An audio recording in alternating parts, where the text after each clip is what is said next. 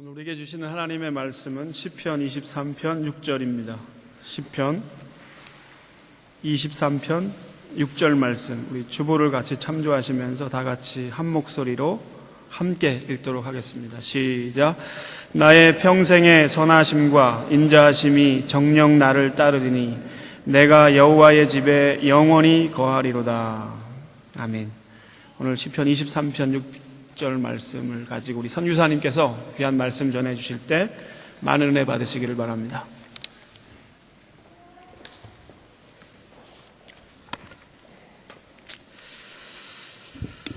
할렐루야. 시편 23편 말씀을 가지고 여러분과 같이 말씀을 나누면서 개인적으로 참 많은 영적인 유익들이 있었습니다. 어떤 때는 말씀을 묵상하다가 하나님이 주시는 은혜가 너무 감격스러워서 운 적도 있었고,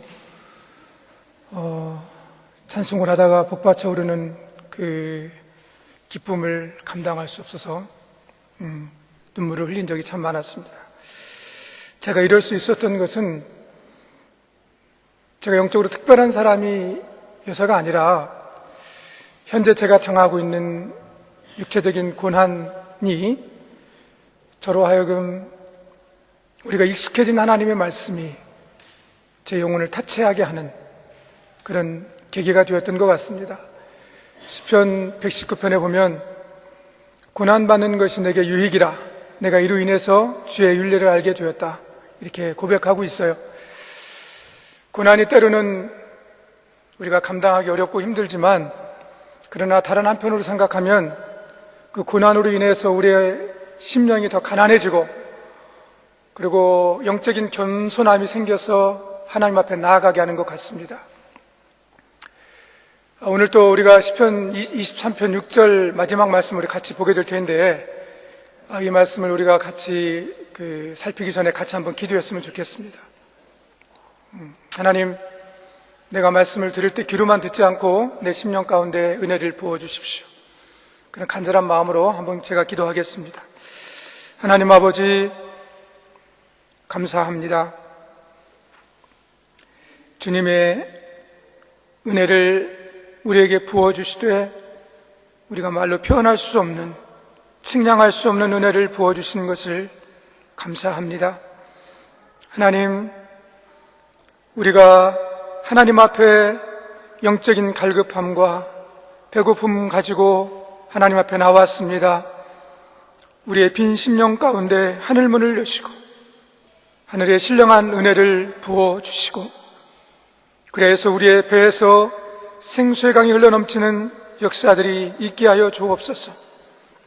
하나님, 마른 막대기만 또 못한 부족한 종이 이 자리에 하나님의 말씀을 대언고자 섰사오니 성령께서 제 입술을 주장하여 주시고 제 생각과 마음을 성령께서 주장하여 주시고 말씀의 기름을 부어 주시어서 이 말씀이 죽어있는 심령 가운데 살아나는 역사가 있게 해주시고, 영적으로 식어진 심령들이 불이 붙는 역사들이 있게 해주시고, 곤고한 심령 가운데 회복되어지는 은혜가 있게 하여 주옵소서. 주님을 찬송합니다. 예수님의 이름으로 기도하였습니다. 아멘.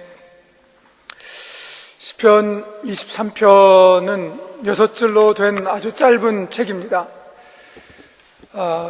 그러나 이 안에 우리가 신앙생활하면서 알아야 될 영적인 방대한 지식들이 이 안에 들어있습니다.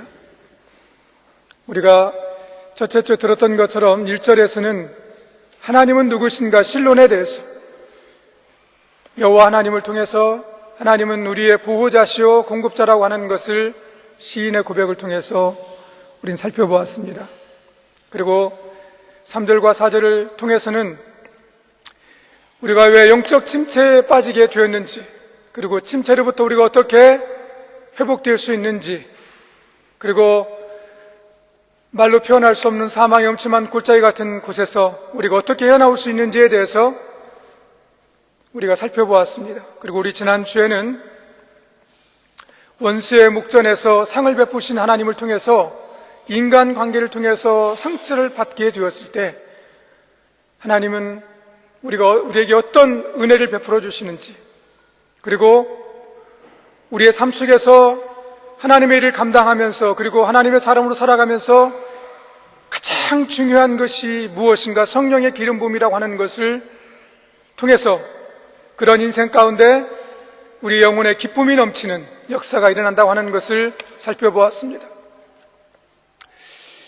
오늘 6절 말씀, 나의 평생의 선하심과 인자하심이 정녕 나를 따르리니 내가 여호와의 집에 영원히 거하리로다.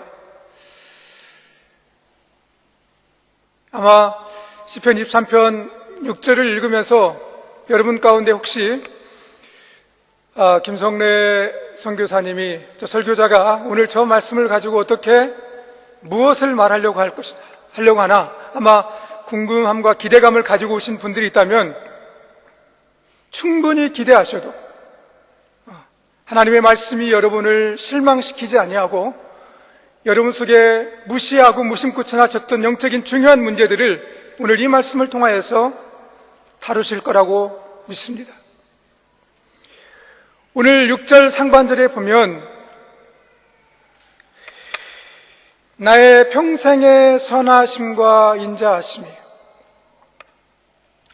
오늘 우리 한글 성경에는 그냥 나의 평생에 이렇게 되어 있지만 원문 성경에 보면 나의 남은 날 동안, 이 시인은 지금 하나님의 선하심과 인자하심에 대한 이 고백과 선포를 하는데 그 타이밍을 어디에 두냐면 과거도 아니고 현재도 아니고 미래를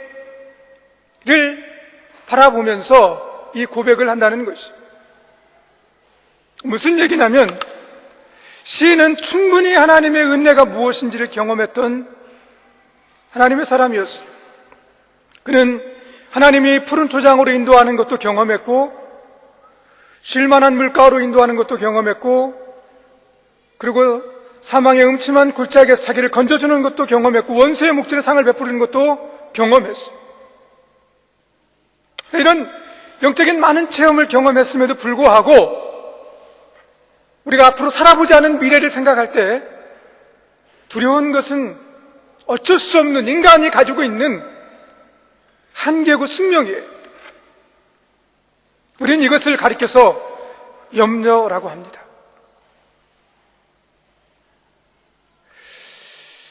시인은 지금 이 고백을 통하여서 미래, 확신할 수 없는 자기 앞에 펼쳐질 그 일에 대해서 밀려오는 그 수많은 염려와 근심에 대해서 어떻게 이것을 극복했는가, 오늘 본문을 통해서 고백하고 있는 거예요.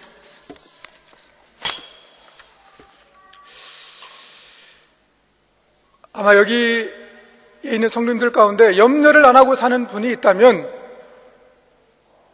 아마 제가 찾아가서 좀 자문을 구하고 싶어요. 솔직히 설교자인 저도 매 순간마다 제게 밀려오는 염려로 인해서 시달림을 받고 있습니다.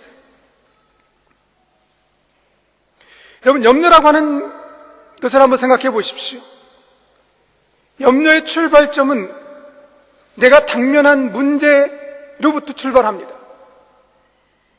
자녀를 가진 부모들 가운데 자녀가 어느 날 갑자기 공부하는 일을 게으리하고 컴퓨터 또는 게임에 시간을 보낼 때 부모된 입장으로서 그 자녀를 바라보면서 염려가 되기 시작하는 거예요.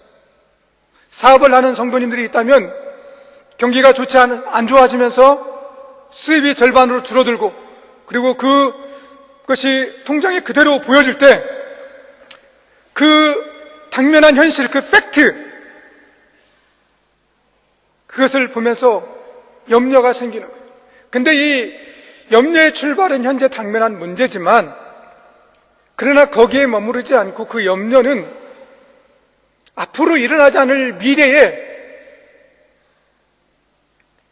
일에 대해서 나의 죄된 본성과 이기심을 충동해서 소설을 쓰기 시작한다는 거예요. 근데 그 소설의 결말은 비극이에요. 불행이에요.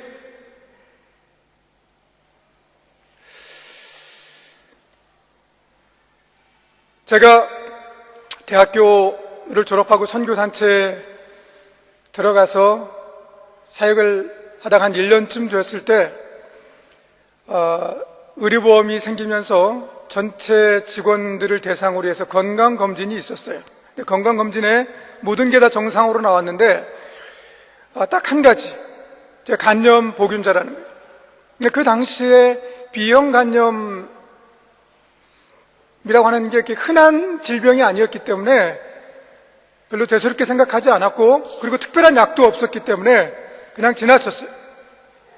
그런데 제가 신학대학원에 가서 신학 공부를 하고, 그리고 교회에 가서 전도사를 하면서 무리를 하게 됐어요.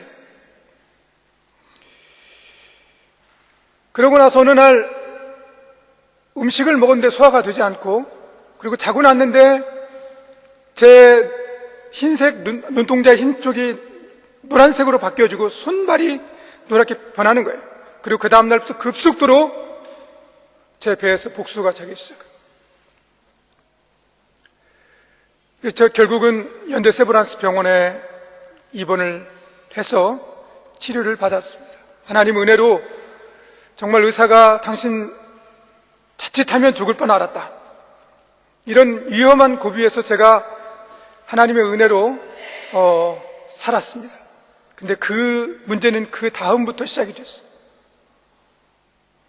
제가 사역을 하는 중에 좀 피곤하고 몸에 뭔가 좀 증상이 이렇게 좋지 않은 증상들이 생기면 습관처럼 하는 버릇이 생겼어요. 그게 뭐냐면 의사가 제 병실에 찾아와가지고 제 손을 펴보고 제 눈동자를 살펴보고 그리고 배를 두드려보고 하는 것을 제가 하고 있는 거예요. 근데 거기까지는 괜찮았어요. 근데 이제는 이 염려가 계속해서 증폭하더니 나중에는 제가 운전을 하고 가다가 혼자서 제 장례식을 치르고 있는 거예요. 그리고 제가 죽고 남겨진 제 아내와 아이들을 생각하면서 그 운전을 하고 하면서 제가 울고 있는 거예요. 그리고 이런 염려와 우울증이 이제는 시도 때도 없이 제 안에 찾아오는 겁니다. 세수를 하다가도 눈물이 나고 밥을 먹다가도 눈물이 나고.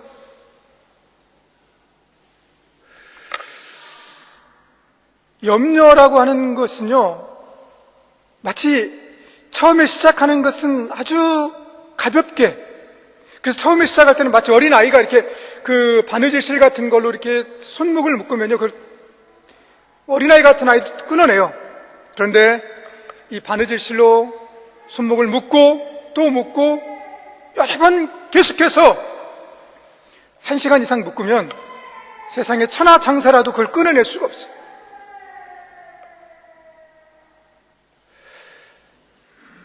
제가 신학을 공부한 신학도 했고 그 당시에, 그리고 이렇게 설교하는 설교자였고 한 지역의 선교단체 책임자였고요, 일주일에 몇 번씩 성경 공부를 인도하고 있었고, 그리고 심지어는 저처럼 건강의 염려증을 가지고 상담하러 온 분들을 상담을 하고 있었어요. 그리고 누구보다도 기도하기를 애쓰고 있었고, 말씀을 연구도 했고요, 기도도 하고 있었는데 제 안에 찾아온 이 염려에 대한 이 파워는요, 이겨낼 수가 없었어요. 근데 한 사건이 저로 하여금 그 염려에서 벗어나게 했습니다. 아주 제가 왜 이 사건은요, 뭐 특별한 영적 체험을 한 게 아니었어요. 제가 어느 날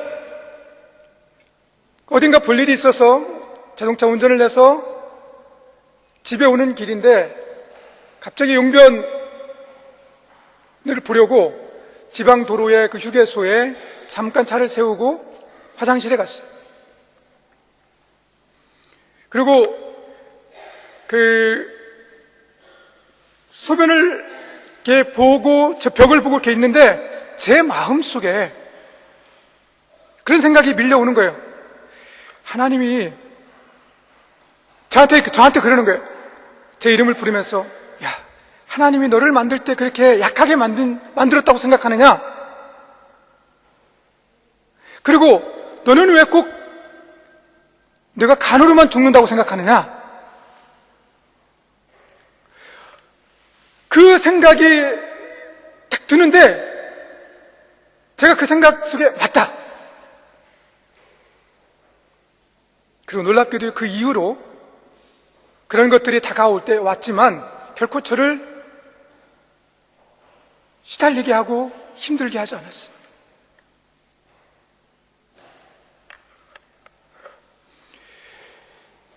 사랑하는 성도 여러분, 우리는 염려에 대해서 굉장히 가볍게 다루고 있어요.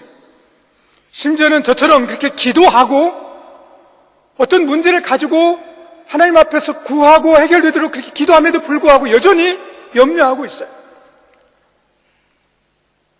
그런데 성경은 염려에 대해서 굉장히 시리어스하게 얘기하고 있습니다. 특별히 예수님이 말세에 대해서 얘기하면서 누가복음 21장에 가서 보면 이렇게 얘기하고 있어요.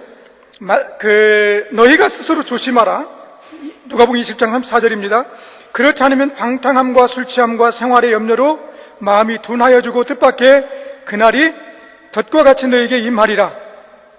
예수님은 지금 종말에 대해서 얘기합니다. 그런데 종말에 성도들이 빠지게 되는 세 가지 중요한 악이 있다.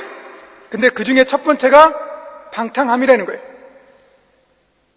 여러분, 신앙생활 하는 사람이 세상을 사랑하고 방탕하고 이런 모습을 볼 때 우리는 저러면 안 되지.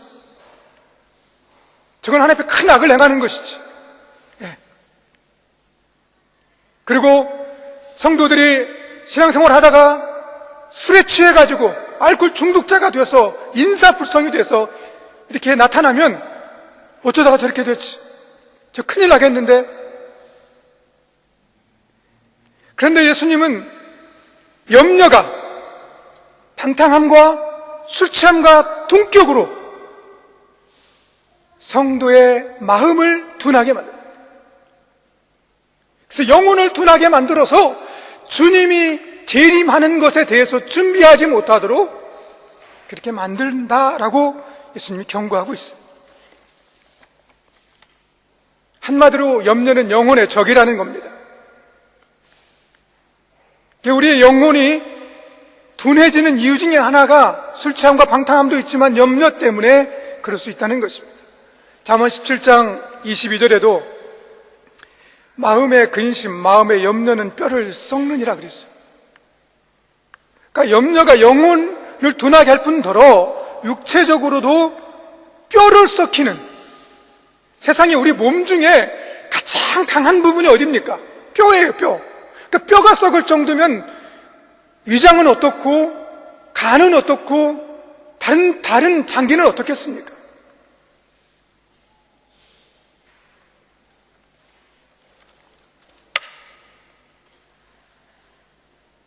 근데 많은 성도들은 방탕함이나 술 취함에 대해서는 굉장히 경계하면서 염려에 대해서는 대수롭게 여기지 않는다는 거예요. 마치 이웃집 사람이 찾아올 때 그냥 문을 확 열어주고 환영하는 것처럼 염려가 찾아오면 거침없이 그냥 받아들이고, 그리고 염려가 내 영혼의 모든 온갖 나쁜 쓰레기를 만들어 놓고 때까지도 모른다는 것이죠. 그러면 염려의 문제를 해결하기 위해서 어떻게 해야 되는가? 예수님은 마태복음 6장에서 염려에 대해서 장황하게 말씀을 하십니다. 그러면서 6장 28절에 너희가 어찌 의복을 위하여 염려하느냐, 들의 백합화가 어떻게 자라는지 생각하여 보라. 예. 염려에 대한 메시지를 하면서 염려에 대한 해결책으로 예수님이 주신 해결책은 뭐냐면요, 생각하라는 거예요. 뭘 생각하는 겁니까? 하나님이 누구신지를 생각하는 거예요. 오늘 시편 기자도 미래를 바라볼 때, 앞으로 펼쳐질 미래, 그리고 어떤 일이 일어날지 모르는 자기가 과거에 경험했던 것보다 더 험한 일이 있을지도 모르는 그 미래를 생각할 때 밀려오는 그 염려에 대해서 그가 하나님이 누구신지에 대해서 생각했고, 특별히 하나님의 성품이 어떤 성품을 가진 분이신지에 대해서 그는 묵상했고, 그리고 그것을 입으로 고백했습니다.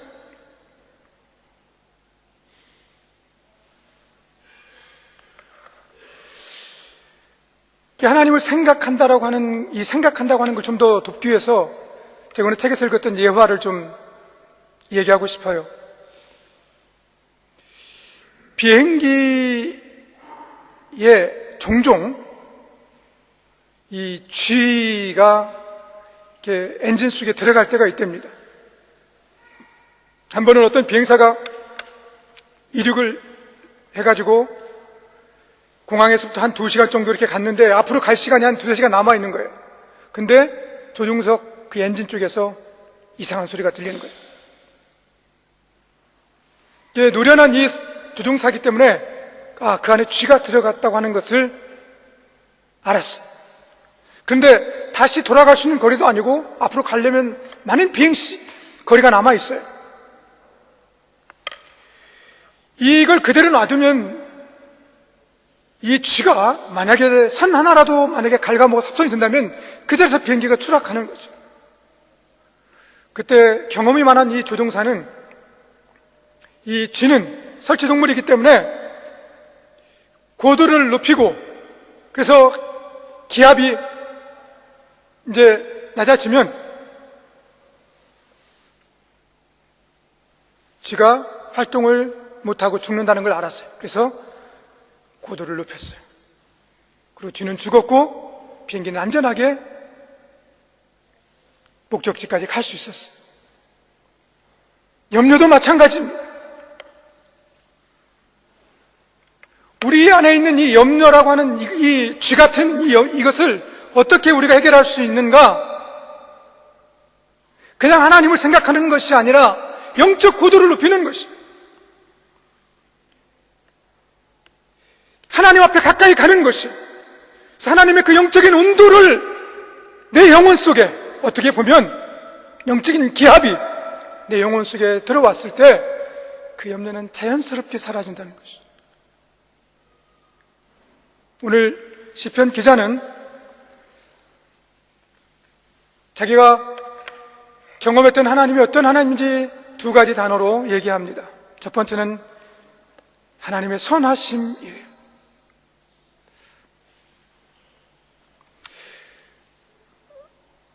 우리가 교회를 나오고 신앙생활을 오래 하다 보니까 우리 안에 자주 쓰는 용어들이 있습니다. 그 중에 하나가 하나님의 선하심이에요. 선하신 하나님. 근데 우리는 이 용어를 쓰지만 정작 그 용어가 말하고 있는 성경적인 의미에 대해서는 정확히 알지 못하고 사용할 때가 참 많은 것 같아요.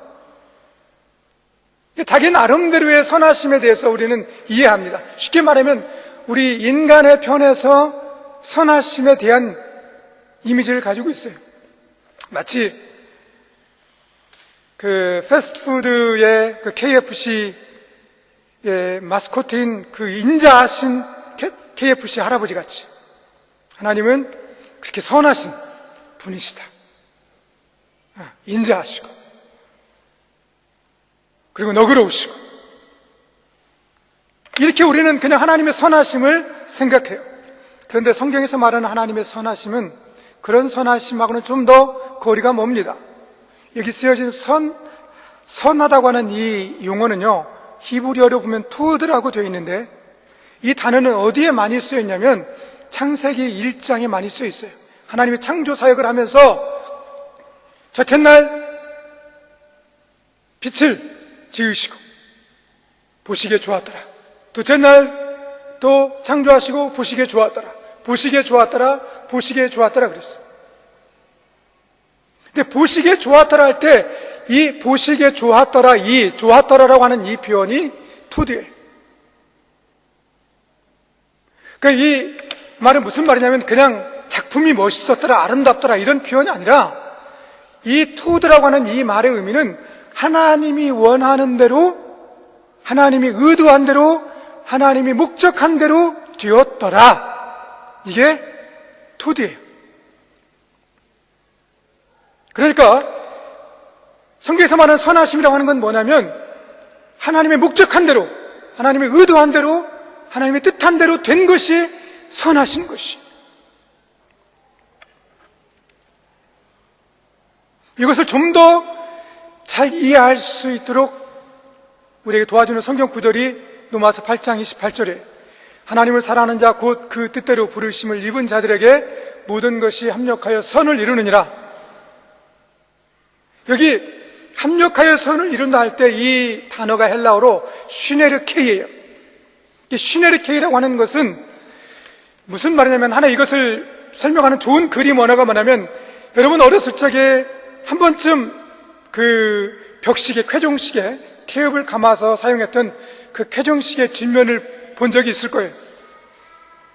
그 쾌종시계 뒷면을 열어보면요, 톱니바퀴들이 수도 없이 많이 있습니다. 그리고 이게 바퀴가 이리 돌고 저리 돌고, 그리고 거기에 손바닥만한 것들이 막 움직이고,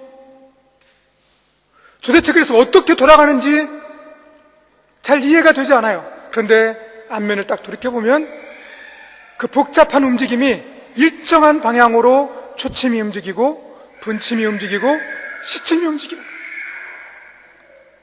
이것을 이렇게 합력하여 선을 이루다, 이것을 슈네르케이. 지금 제가 여러분을 더 복잡하게 만들었나요? 선하다고 하는 것을 이해하는 데 있어서 이 선하다고 하는 이것을 그냥 딱 하나로 이해하기 쉽게 만든 한 인물이 바로 요셉이에요. 창세기 50장 20절에 요셉이 형들이 이렇게 고백하죠. 당신들이, 형들이 나를 해하려고 하였지만 하나님이 그것을 뭘로 바꾸사?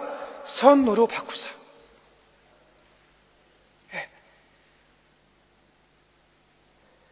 그러니까 보세요. 요셉의 생애를 한번 보십시다. 마치 도대체 무슨 일이 일어나는지, 형들에게 미움을 받고요, 그래서 죽임 당할 뻔 하고요, 또 장사꾼에게 팔리고요, 보디발의 집에 가서 열심히 일해서 그 집의 총무가 되었다가 다시 모함을 받아가지고 감옥에 가고요. 이게 잘 가다가 뒤로 가다가 앞으로 가다가 뒤로 가다가 이해할 수 없는 일들이 일어나는 거예요. 그러나 하나님의, 요셉을 향한 하나님의 선한 계획은 단 한 번도 바뀌지 않았어요. 그리고 실패하지 않았어요. 그 방해 때문에. 하나님이 그 선함의 그 목적, 그것을 이루고야 말았어요. 사랑하는 성도 여러분, 우리가 미래를 생각할 때 왜 불안합니까? 왜 염려가 됩니까?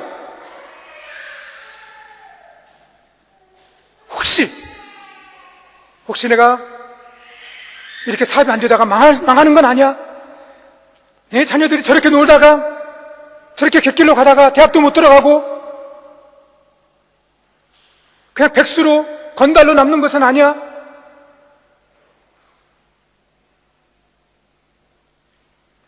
내 안에, 내 눈앞에 보여지는 그 어려움들로 인해서 만들어진 그 염려가, 쓰고 있는 그 소설, 혹시 잘못될 수 있지도 모른다는 그 불안함, 그 염려가 우리를 짓누르는 거예요. 근데 오늘 시편 기자는 그러는 거예요. 설령 내가 실수하고 내가 잘못하고 다른 사람들이 잘못해서 내가 설령 내 인생이 좀 틀어지고 망해지고 손해를 본다 할지라도 하나님이 나를 향해서 가지고 있었던 원래의 목적과 뜻과 의도는 변함이 없어. 아멘? 나는 그것을 믿어.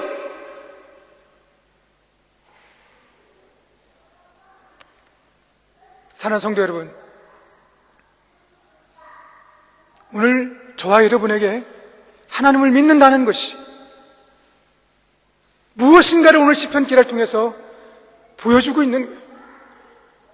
아니, 최악의 상황에서 나는 괜찮다고 한다면 나머지는 it's okay.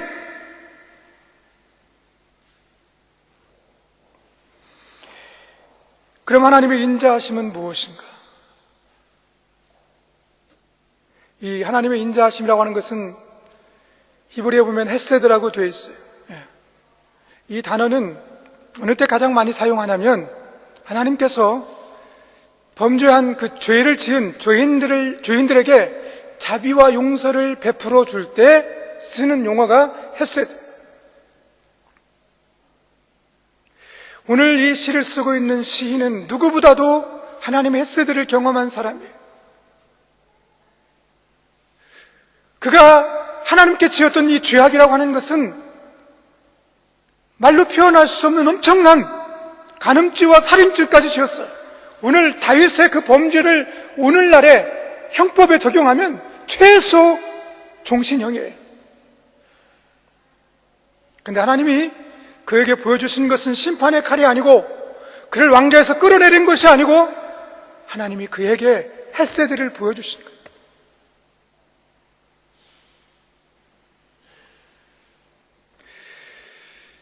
오늘 시인은 자기가 연약하다는 것을 알고 있어요. 그래서 다시 하나님 앞에 범죄할 수 있는 가능성이 정말 많이 있다는 것도 알고 있어요. 그리고 그 범죄했을 때 자기가 당하게 될 영적인 고통과 사탄으로부터 참소와 고소가 얼마나 강력한지도 그는 알고 있어요.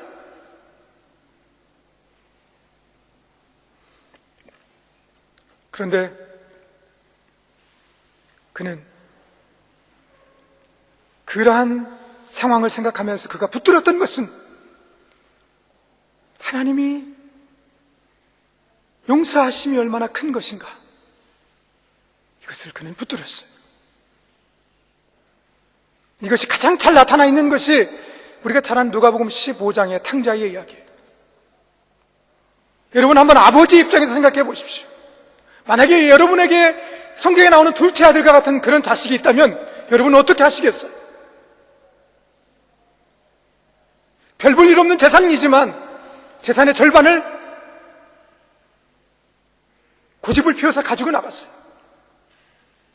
그리고 그것을 얼마 되지 않아서 탕진해버렸어요. 그리고 빈털터리로, 그리고 거지 같은 그런 초라한 모습으로 아버지 앞에 나타났어요. 아들이 한 것이라고 하는 것은 아버지의 돈을 잃어버린 것이고 아버지의 명예를 실추시킨 것밖에 없는 거예요.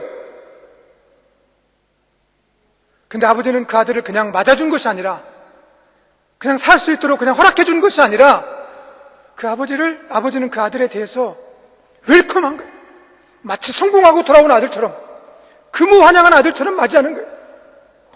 성경이 지금 말하려고 하는 바가 무엇입니까?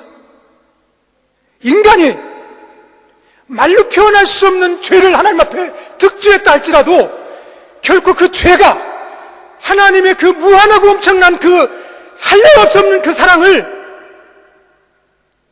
부도낼 수 없다는 것이에요. 아멘. 그래서 우리가 히브리서에 말하는 것처럼 하나님의 은혜의 보좌 앞에 담대히 나아갈 수 있는 것이,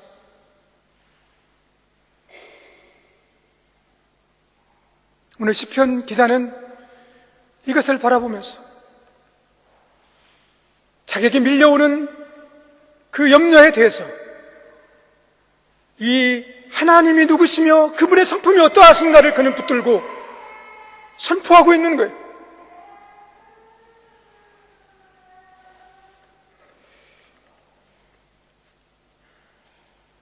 이 메시지를 통해서 우리 성도들 가운데 기도하기는 오늘 이 시간 이후로 나를 묶고 있는 모든 염려로부터 결박들이 풀어지는 역사가 일어나기를 믿습니다. 아멘. 자, 그럼 마지막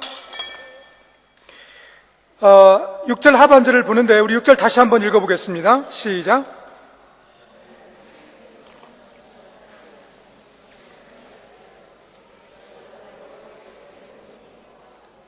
네.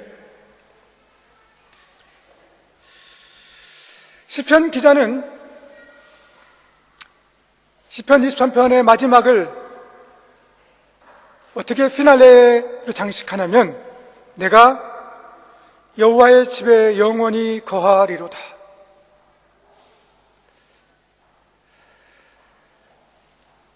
좀 뭐라 그럴까요? 우리가 교회 한 곡을 듣는다면 막 그 기승전결로 막 쫙 잔잔하게 그러다가 클라이막스에 딱 갔다가 마지막에 짱 하고 이렇게 그 교향곡이 끝나서 여운이 남아야 되잖아요. 근데 여기에 보면 지금까지 해왔던 것과는 좀 더 다르게 이상할 정도로 그냥 여호와의 집에 거해야 되겠다. 굉장히 단순하고 그리고 좀 뭔가 이렇게 기대 밖으로 이렇게 마무리를 하는 걸 볼 수 있어요. 지금 이 시인이 고백하는 여호와의 집, 한마디로 얘기해서 성전입니다. 근데 이 시를 쓰고 있는 시인이 있는 당시에는 성전이 있지 않았어요. 성전은 솔로몬 시대, 다윗의 아들이었던 솔로몬 시대에 지어집니다. 그러니까 이 시를 쓰고 있는 시인이 시를 쓰고 있는 그 당시에는 성전이 있었던 것이 아니라 성막이에요. 그러면 시인은 여호와의 집에 거하겠다고 하는 것은 성전에 거하고 싶다라는 소망을 말하는 것일까? 어떤 장소의 개념을 말하는 것일까? 오늘 시인이 말하는 것은 그런 개념이 아니에요. 여호와의 집에 거하고 있겠다 이 말은 그 성전의 장소에 거하고 싶다는 것이 아니라 그 성전은 하나님의 임재의 상징인데 그 성전 안에 계신 하나님과 함께 있고 싶다는 거예요. 시인은 6절 마지막 절을 통하여서 말하려고 하는 바가 무엇이냐면 우리가 하나님의 은혜를 받은 사람은 그 이후의 삶이 어때야 되는가?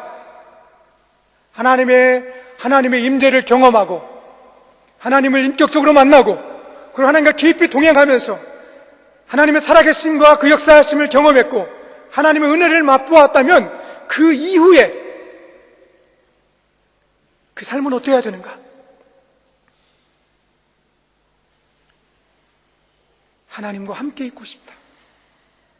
그래서 시편 기자는 시편 42편에서 이렇게 고백해요. 하나님이여 사슴이 시냇물을 찾기에 갈급함과 같이 내 영혼이 주를 찾기에 갈급하나이다. 내 영혼이 하나님 곧 생존하시는 하나님을 갈망하나니 내가 어느 때에 나아가서 하나님을 배울꼬. 그러니까 시편 기자 속에 그 마음 속에 진실한 고백이 있는데 그것은 뭐냐면 하나님에 대한 갈망이에요. 시편 23편은 목자로 시작했어요. 그러나 그 마지막은 그 하나님과 함께 있고 싶어하는 그 갈망으로 마무리를 짓고 있는 거예요.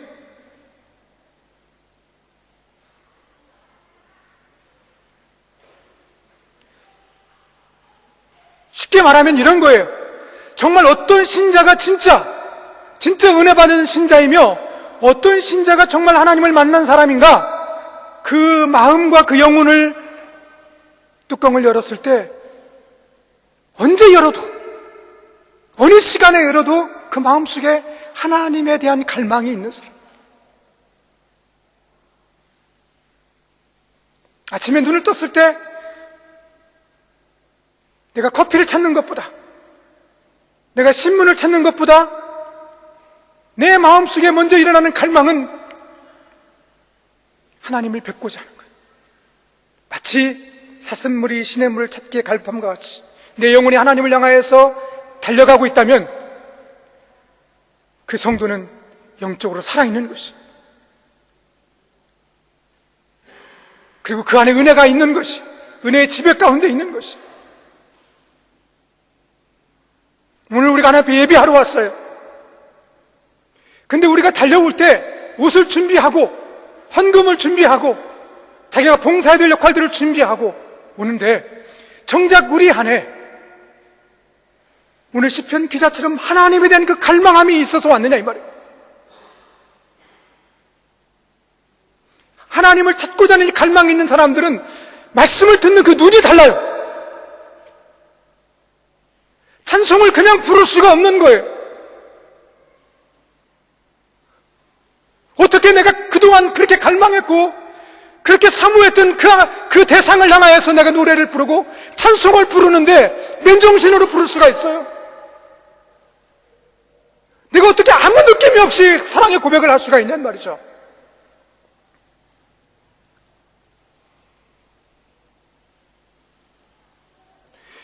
오늘날 교회에 참 많은 모임들이 있습니다. 그리고 예전보다 업그레이드된 참 많은 프로그램들이 있어요. 그리고 말씀은 많이 선포되어지고, 그리고 훈련은 수시로 우리 안에 주어지고 있고, 근데 정작 우리의 영혼은 하나님보다는 세상을 향해 있고, 그리고 육체적인 쾌락과 자신의 안일과 욕망을 쫓아서 가고 있는 우리 자신들을 보여야 된다는 것이죠.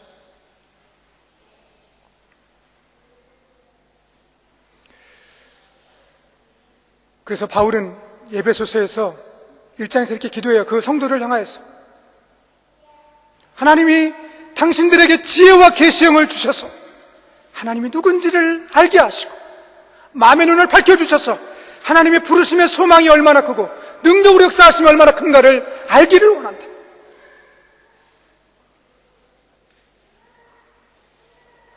우리의 문제를 위해서 기도합니다. 자녀들을 위해서 기도합니다. 교회를 위해서 기도합니다. 그러나 정작 자기의 영적 상태를 위해서 하나님에 대한 갈망이 식은 지가 오래되었고, 라오디아 교회처럼 에베소 교회처럼 식어져 버렸고 첫사랑을 잃어버린 지가 아주 오래되었는데, 그래서 하나님을 불러도 전혀 내 영혼에 진동함이 없고 그런 상태로 예배 드린 지가 너무 오래되었는데, 우리는 영적으로 그렇게 고장난 상태로 지금 살아가고 있다는 것이죠.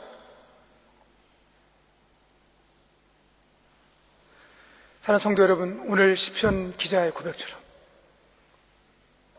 내가 이 땅에 사는 날 동안, 그리고 죽어서 하나님 앞에 갈 때까지 나의 한 가지 소원이 있다면 그것은 내가 사모하고 사랑하는 그 주님과 함께 있는 것이다.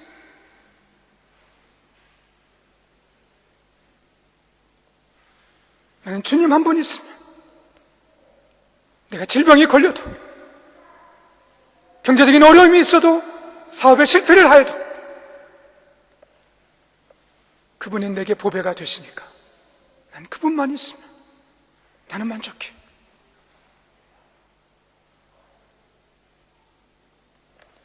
이런 고백들이 우리 성도님들 가운데 있기를 주님의 이름으로 축복합니다. 우리 함께 한번 기도하겠습니다.